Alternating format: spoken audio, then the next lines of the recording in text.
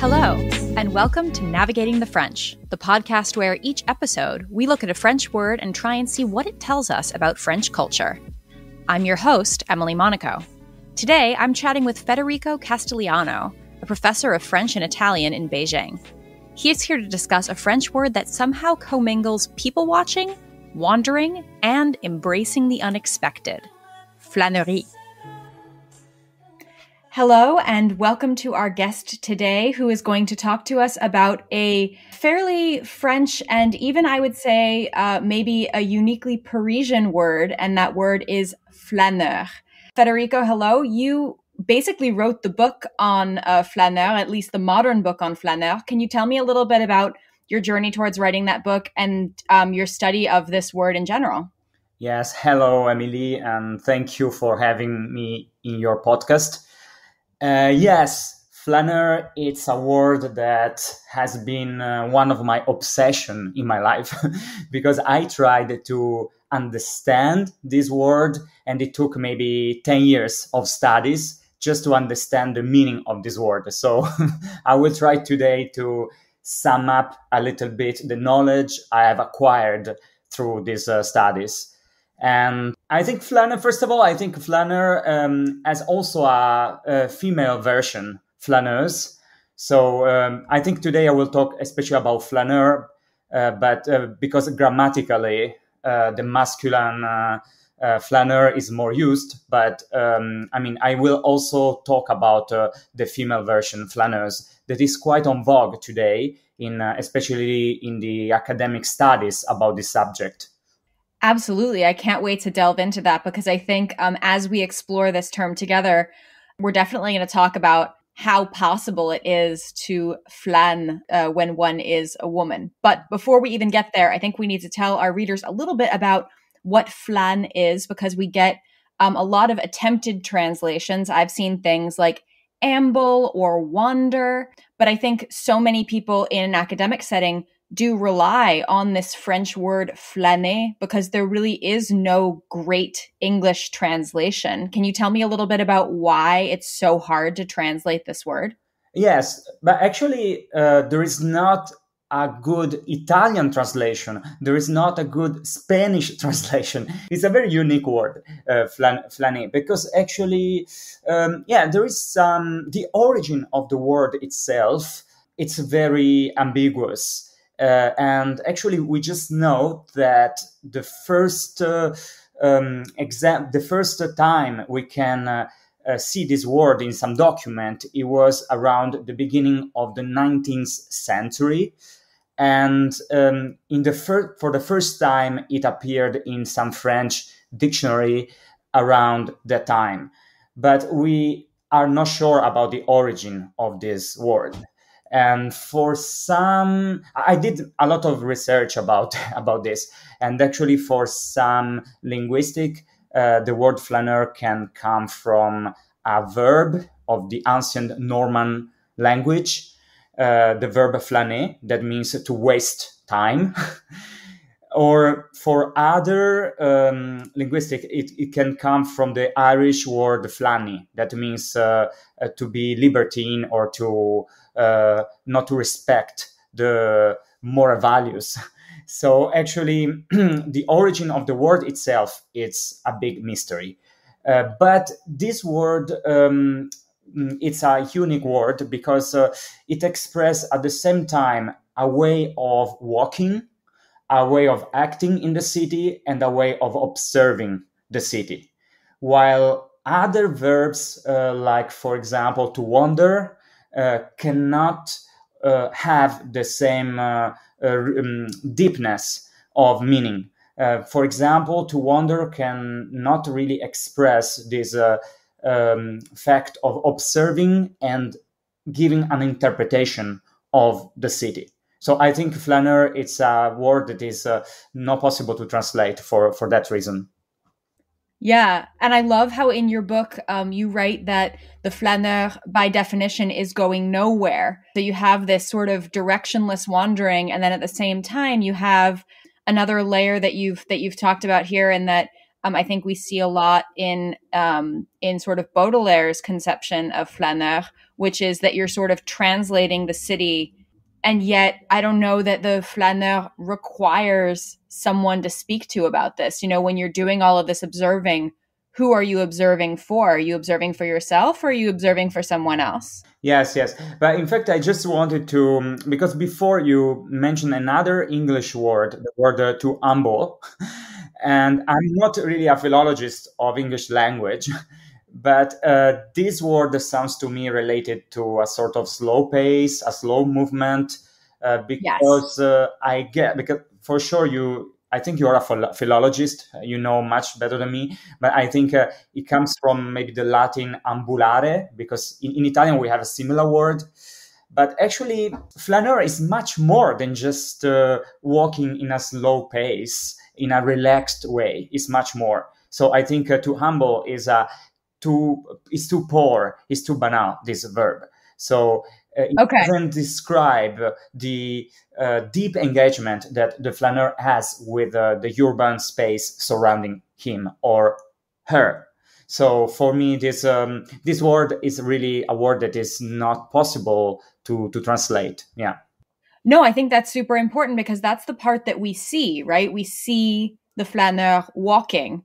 And so we assume that that's the essence of what the flaneur is doing. But really, as you show through your book, and honestly, for anyone who hasn't read Federico's book, it sort of flips back and forth between fiction and nonfiction. And so you have this structure that's really surprising in the book. And I think that reflects really well. I mean, I think this is probably purposeful. That reflects really well what the flaneur is doing. It's kind of this approach to a city that's not just about walking through it. It's about like a depth of discovery of the urban space.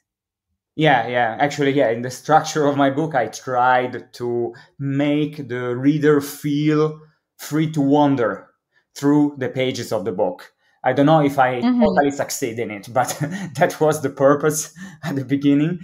And so, yes, I left the reader free to wander. At the beginning, I wanted to write a very academic, because it was the subject of my PhD. So I wanted to write a very academic, traditional book about the concept of flaneur.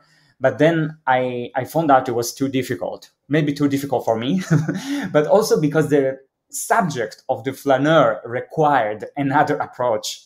So I thought maybe it was pointless to try to put the flaneur into a cage, and a conceptual cage. So I tried to more describe what a flaneur is, and also in some of the chapters are still essay, but most of the books, yes, is more a narration about what the flaneur is doing in Paris. Yeah.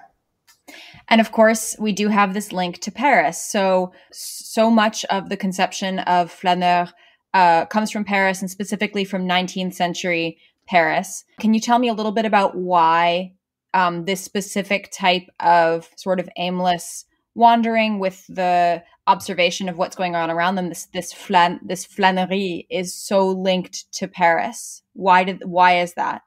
Yes. I think that historically, the flaneur was born in Paris, and the action of flâner is strictly related to Paris. I mean, first of all, I think because of the structure of the city, I would say even the fabric of the city itself, because in Paris it's possible to walk around, and it's possible to reach every spot of the city just walking. Okay, you must walk maybe for 2 hours, but it's still possible. It's not possible in Los Angeles, for example, or in Beijing, where I live now. It's not possible to walk. You must take a car. It's impossible. But in Paris, you can. If you want to go from the Eiffel Tower to the river, to the Notre Dame, if you want to go to Montmartre, to Place des Vosges, you can do it. Just 2 hours of walking. So that's the first. And along the way, you will find many interesting things to watch, to observe. And the other point is the special way I think Parisian people live the urban space, the public space. And there is a sort of ambiguity in Paris between interior and exterior place. private and public. And if you walk around Paris, you can see the people sitting down along the boulevard, sitting down in the public squares, and just sitting on the pavement and watching, literally watching the show, the spectacle of the city. And you are part of this spectacle, and at the same time you observe it. And so it's like being in a theater. This is, I think, the main characteristic of Paris, the fact the city itself is like a show, and there is not a clear border between what is interior and what is exterior, especially during the summer when people keep the windows open because there is no air conditioning in most of the houses in Paris. So yeah, when I used to live in Paris, yeah, I used to keep the windows open. So it's like the city enters inside your apartment. So yeah, I think this is the first characteristic. But the second characteristic is more related with the cultural tradition and the literary tradition developed in Paris. Because actually, behind the Flâneur, there is a tradition of writers or artists. There is a special urban aesthetic that developed in the 19th century. And this is what Walter Benjamin, that is the writer and philosopher that first defined the Flâneur. So Walter Benjamin called littérature panoramique, the panoramic literature. Yeah, that is all a tradition that gives to the Flâneur the special meaning it has today for us. So the Flâneur is not just someone walking around, but it's a character that is built up book after book, painting after painting in the French cultural tradition. We'll be right back with Navigating the French after a word from our sponsors. And now, back to Navigating the French.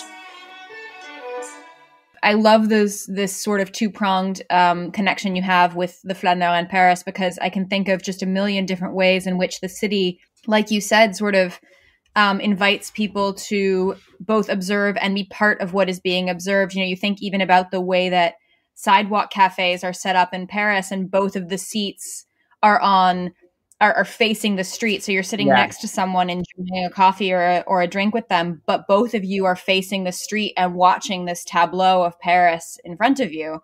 Nowhere else I know of, I'm from New York, you're in Beijing, nowhere else I know of has a setup like that where you're both out in the world and observing the world. Yes, absolutely. Yeah, like in Beijing, actually, most of the people want to sit apart, to sit very far from the other people and work on their computer and not be watched by the others. You know, so when from time to time I go back to Paris, I feel a little bit embarrassed, because actually maybe you sit down very, very close to someone else and everyone is staring at you, and so you cannot work with your computer because everyone would check what you are doing. But that's Paris. You are part of something when you are there, so you must accept it. Absolutely. And in the 19th century specifically, we have this massive restructuring of the city with the construction, obviously, the construction of these wide boulevards and also the passages. And the passages, I think you mentioned in your book, so these sort of covered 19th century passages where you're outside but inside at the same time. I mean, that seems to me to be one of the clearest examples of what you're describing there about, Paris being a city that's both interior and exterior at the same time. Yes. The arcades or les passages are the birthplace of the Flâneur. And at the moment, I'm studying this, especially how the evolution of the shopping spaces in the city influenced la Flânerie, the way people moved in the city. Because we had the passage at the beginning, the arcades, and then we had also the department stores like Bon Marché or Lafayette. And so I'm studying at the moment the transformation of the social habits from the passage to the department store and then so on.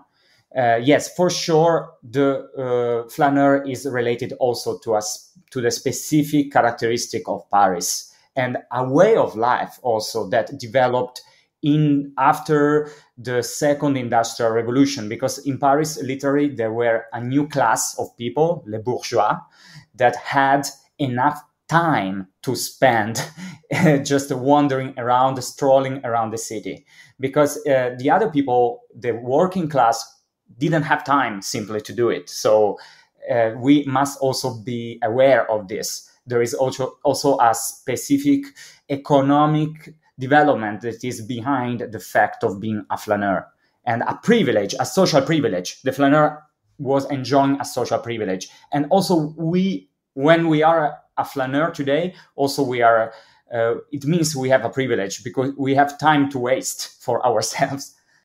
Yeah, and the time to waste, I think, that's a huge part of it. I'm originally from the States, so I think Americans have a hard time with the idea of wasting time. And it's something that I think a lot of people really like about Paris or France when they move here. But I think it's also something that's kind of hard to shake. So like when you first come to Paris and you see people wandering around, there's a tendency to be like, oh, it's so great in Paris. We walk all the time. So like, we don't have to go to the gym because we're walking for the purposes of exercise, or we're walking to do errands. And I think, correct me if I'm wrong, but I think that if you go out on a walk and you think I'm going for a walk to burn calories, you're not flânéing anymore, right? Yeah, no, of course. No, you must actually. The Flâneur is also someone who establish a special relationship with the urban space. And it's not only about being sporty or just about physically moving his or her body through the city. It's also about observing and giving an interpretation of the city. So it's a sort of feeling you establish with the environment. Is not just about the physical activity. Yeah. So yeah, if you want to burn calories, it's better to go to the gym, especially in Paris, because there are a lot of delicious street food. So sometimes you start having a crepe, sometimes a kebab, sometimes a slide of pizza. At the end, I think you don't get slimmer if you're a Flâneur in Paris, at least not. It's funny that you mentioned the food side of things, because on the one hand, in the book, you quote Balzac in saying that Flânerie is the gastronomy of the eye, which I love. And I think that really does sort of nail what's so essential, so essentially French about this, is that sort of like pure pleasure of observing and becoming part of the city, like you're saying, and having this almost gastronomical look at what's around you. Yeah, for Balzac, every street has a different taste. So you must try every street, appreciate the little nuances, the little differences in the atmosphere of the different streets. Yeah, this is a little bit the approach the Flâneur should have, like trying to really understand what is the special atmosphere. There is an expression in Latin. It's called genius loci, the genius of the place, the demon of the place. That is something that intangible, but is like the soul of a city and the soul of a street. So for Balzac, when you wander around Paris, you must appreciate, you must catch the specific atmosphere of one street. Now, you already mentioned a little bit about how this combination of the Flâneur is both part of and observing the tableau around him.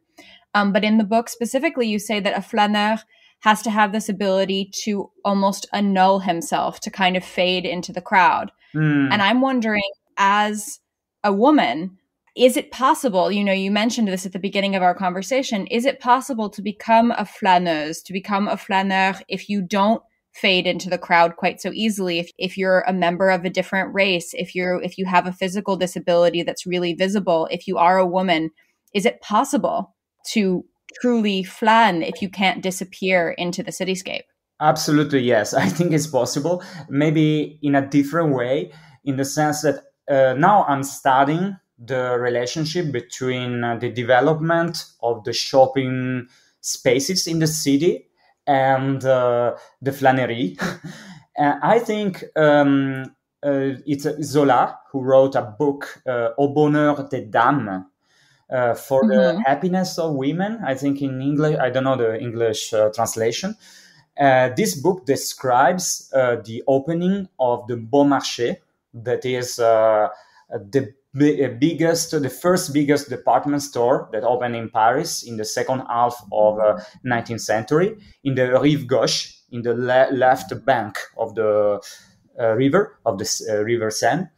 And actually, he describes how the women were the main target of this new commercial idea.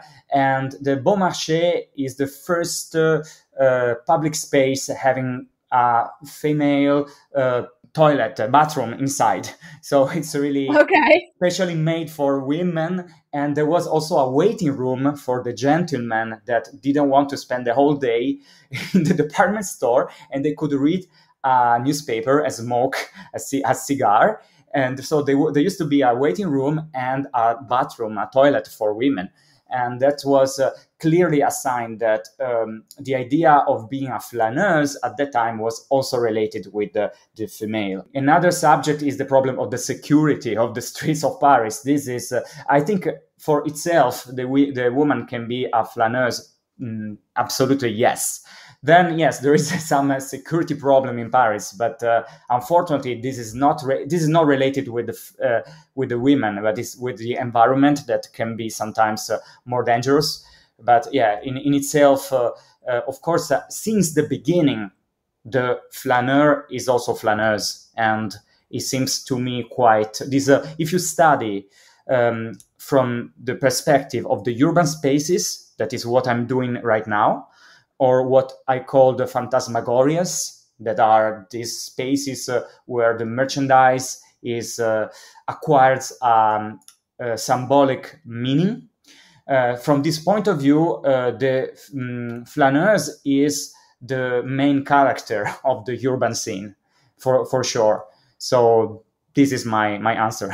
It's interesting because with the Bon Marché, the inside-outside space, we're becoming more interior than, for example, if you were like the Passage, the arcades are a little more exterior than the Bon Marché. The Bon Marché is a little more interior, but you do have that wandering. The Bon Marché is different because in the same area, in a big interior space, you can find any kind of merchandise, all exposed together. You can walk through the merchandise. So it's a different kind of, you are inside, you're totally inside the shop from the beginning to the end. Yeah.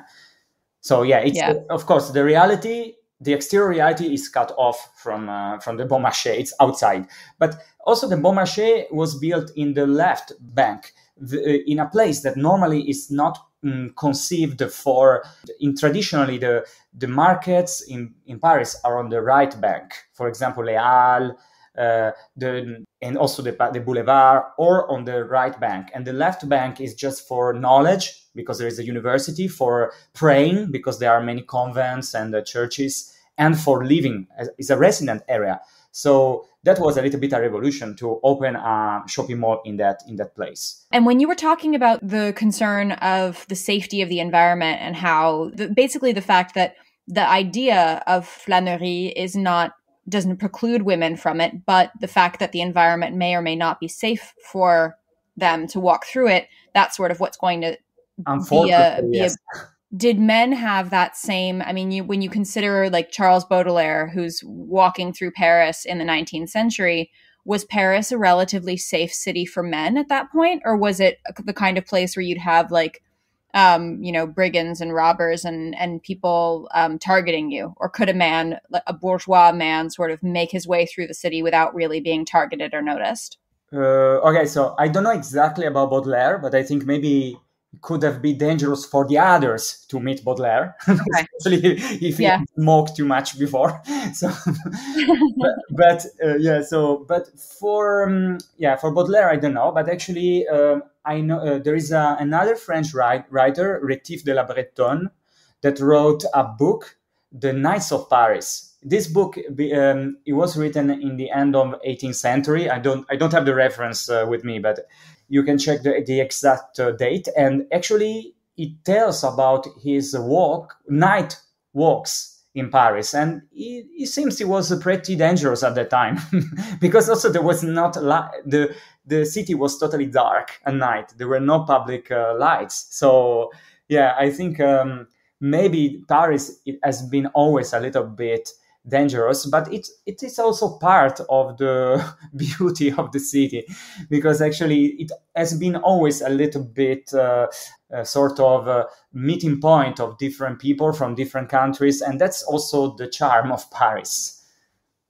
So I think but of course I don't know how it was exactly at the time where Baudelaire was there, but yeah, Baudelaire seems to be one of the first who introduced the archetype of the flâneur in the French literature. So I think this is the specific role of Baudelaire in our story. In fact, in his there is one section of Les Fleurs du Mal, the Flowers of Evil. It's called Tableau Parisien. In this part, in fact, the city is the central character of its poem, and the walking man reads and give an interpretation of the city. This is the first time we can read so clearly the role of the flâneur in the modern society, in the modern city. So the flâneur as a reader of the urban scene. And the second point about Baudelaire I would like to say, it's also the fact that he defines the modern artist as someone seeking the ephemeral in the eternal, seeking a new form of beauty. And this beauty is the beauty of the modernity. The beauty of the modernity is not something stable, but is something passing by. And for example, also there is another poem written by Baudelaire where he meets one woman passing by in the street, and this woman, he falls in love, let's say, with this woman. And actually, that's a very turning point for the literature, because in the past, no one had written a poem for just a woman passing by in the street, especially such a passionate poem. But for Baudelaire, the beauty is not something stable. It's something passing by. It's something that will, it just appears in one second and then disappears. So I think these two elements are related with the idea of the flâneur, and Baudelaire is the person that fixed this archetype of the flâneur in the French literature. Not the one who created the flâneur, absolutely not, but he is the one who described it in a more clear way. And obviously his attention to how important the ephemeral nature of modernity is 100% on point, because now over a century later, things are even more ephemeral than they used to be. Everything disappears, everything is online, and everything is even faster. We'll be right back with Navigating the French after a word from our sponsors.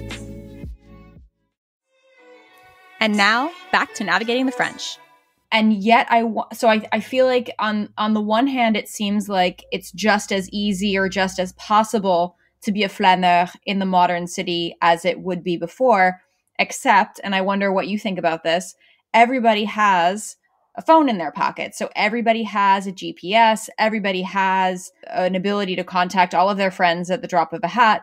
Do you think that the fact that we have these smartphones that we're carrying around makes it more difficult to be a flâneur today in Paris than it was before? Okay, I wouldn't talk specifically about Paris, because this is a problem worldwide. Of course, if you are always on your phone, you are less present physically you're less present in the place where you are. So of course, if you explore a city and at the same time you spend your time on Facebook and WhatsApp all the time, you will get less information about the city, and the interaction with the reality surrounding you will be poorer, because of course you cannot really, for example, talk with someone unknown in the street, because maybe you already have 20 friends on your phone you are chatting with. So what's the point of talking with someone totally unknown? that it used to be something typical in Paris to stop someone in the street and talk. So for sure, this is a problem worldwide. Yeah, for sure. But from the perspective I'm analyzing now, that is the development of the place of the phantasmagorias, the spaces for the shopping. I don't think that the virtual world, the virtual architecture of the internet is totally in contrast with the real world of the shopping malls, for example, especially in the last 10 years. Most of the big brands have developed what is called an omni-channel strategy, creating a sort of seamless experience connecting the real world with the virtual world. And a flaneur can be a flaneur online also and out offline. So I think from this perspective, I don't think the internet, the phone, the cell phones killed the Flânerie. But yes, of course, when you go for a walk, you just keep your eyes just watching the screen of your phone. Yeah, in that case, you lose some of the beauty of the Flânerie. But also, I don't know. For example, me when I go when I'm a flaneur, also I also have my phone and I listen to some music, and it can make my Flânerie more happy, more I don't know. So I'm not against the mix between technology and the Flânerie. Okay.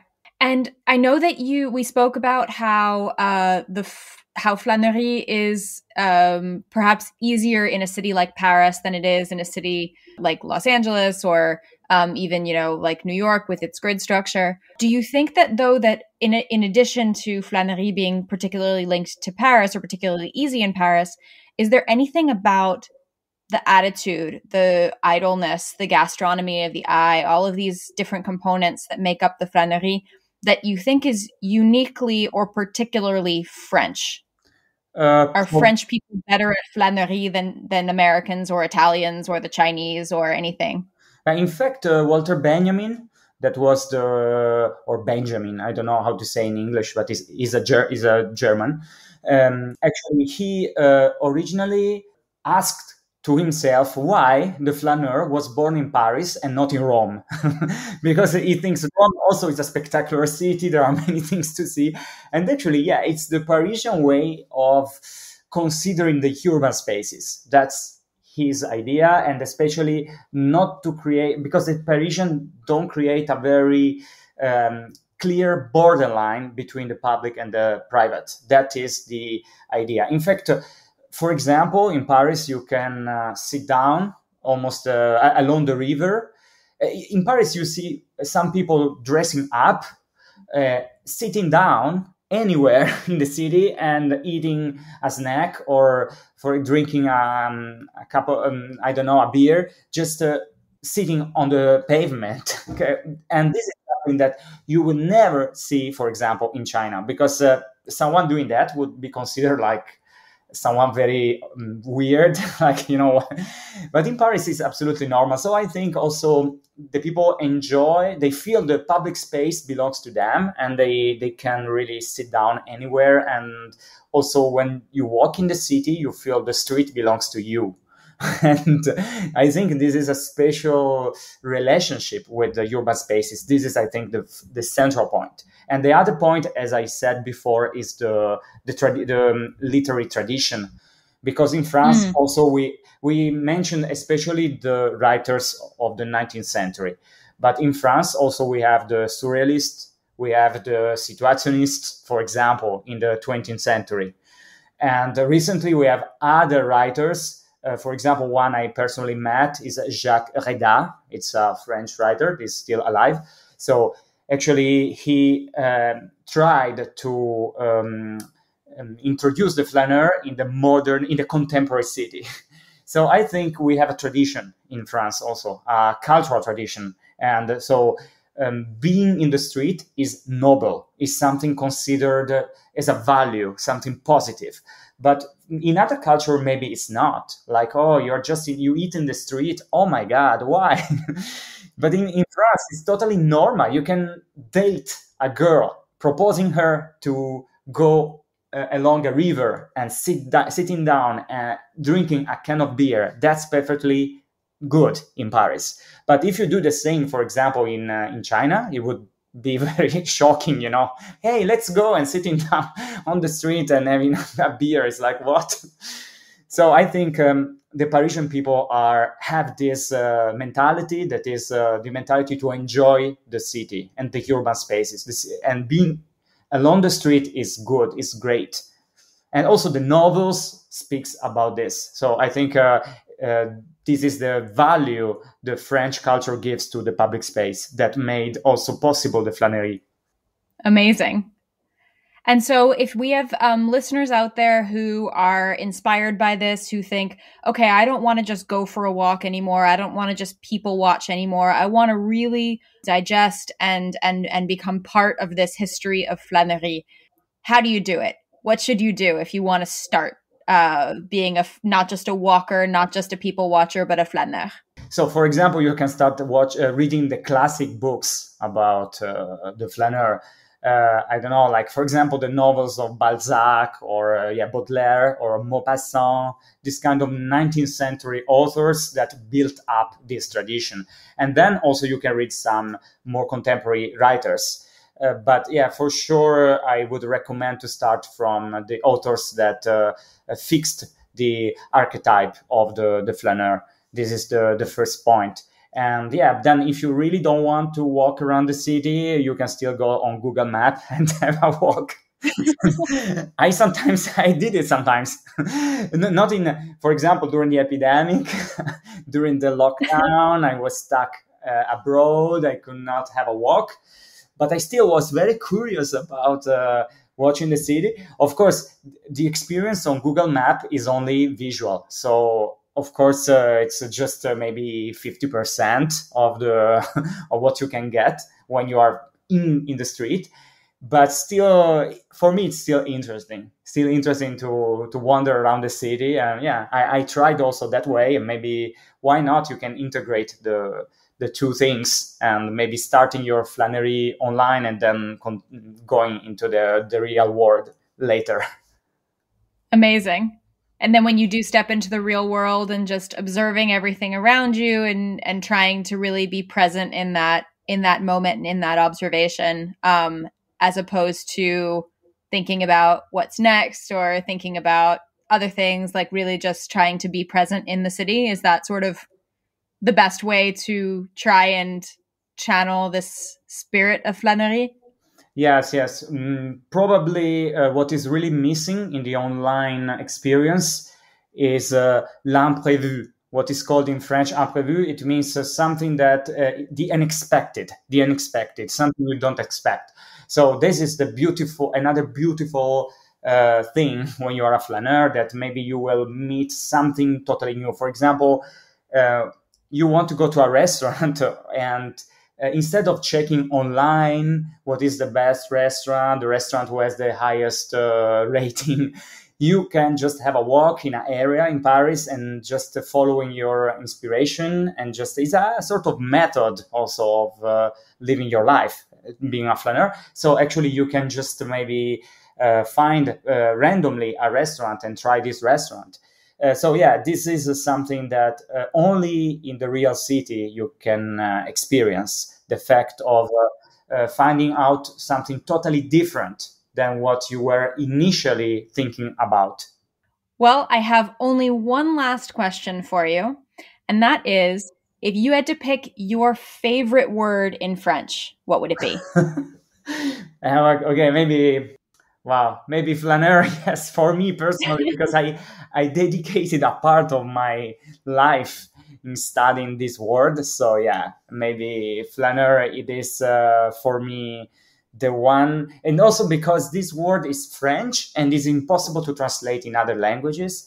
While most of the French words are the equivalent, have an equivalent in Italian. So for me, they are just a different way of pronounce the same word, because most of the French words comes from Latin and they are more or less the same, absolutely the same as in Italian. But this one is very, very specific. So that's why I really like it. Well, thank you so much for joining me today. And I hope that you have some unexpected discoveries later on in your day as well. All right. Thank you very much. It was a pleasure. And I'm happy to meet you today. Bye-bye. Amazing. Bye-bye. This has been Navigating the French. You can find more from me, Emily Monaco, at Emily_in_France on Twitter and Instagram. This podcast is produced by Paris Underground Radio. To listen to other episodes of this podcast or to discover more podcasts like it, please visit parisundergroundradio.com. Thanks for listening, and à bientôt.